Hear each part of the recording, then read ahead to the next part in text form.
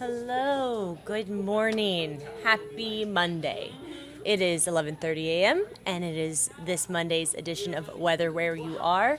Weather Where You Are is a segment we're going to be doing 2 or 3 times a week on just relevant weather. It doesn't have to be local. It could be anything that's going on here across the country, across the world, that you need to know about.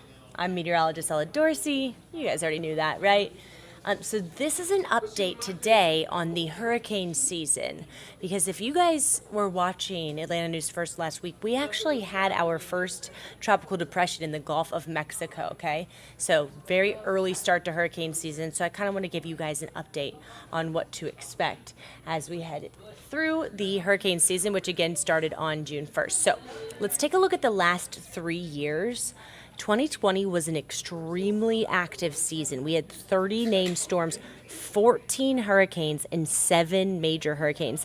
Since then, look at the way the numbers have dwindled. 2021, we had 21 named storms. Last year, we only had 14 named storms and 2 major hurricanes. So a little bit of a less active season in the last year, and I can tell you that the National Hurricane Center is once again predicting a below average season this year. Now, in terms of our storms that we see right here, we've actually since 2000 only seen 9 tropical cyclones move through the North Georgia area. Here's their paths. So this is since 2000s. This is the last 23 years. So in about 1 out of every 3 years, we are impacted by some type of tropical depression or tropical storm. So we've had actually 8 tropical depressions move through our area. So basically, there's hurricanes, right? Once they make landfall, they lose their strength. They need water to feed off of. So by the time they reach us here in North Georgia, they've usually lost a lot of their strength. But 8 tropical depressions, which means winds between 24 to 39 miles per hour, and we've actually had 1 tropical storm, believe that was Zeta, move through our area just a few years ago. So we are barricaded by land, or really helped out and kind of sheltered by land, but we still are affected by these tropical systems. So we've already had Arlene. No, we have not had Arlene yet. The first named storm will be Arlene. We had a tropical depression, but it didn't reach tropical storm strength, so it was not named yet. So here are the names for this year. Arlene, then Brett and Cindy. We have Dawn. We have a Dawn that works here.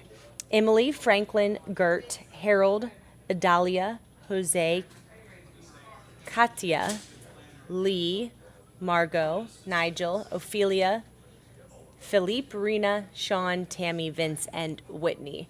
And if you guys remember, back in 2020, we had so many named storms that we actually had to start with the Greek alphabet. Alpha, Beta, Zeta, and we went all the way through the Greek alphabet. That's probably very likely not going to happen this year, okay? So here's our tropical, where we usually see our tropical activity. You can see today on the map, we're June 6th, so we're in the very beginning of the storm season, which peaks in mid-September.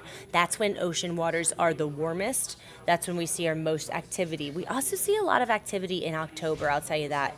And then it really dies down as we head towards November. So we have a couple months before we really start seeing the activity ramp up. Now, tropical update. Right now, there is an area of low pressure way in the eastern Atlantic that they are watching.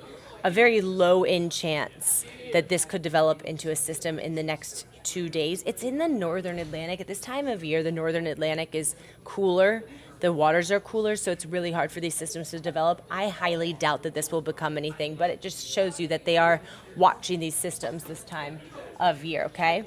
Also, something to note, this is the wind shear at high levels in the atmosphere, is just basically just wind speed and direction.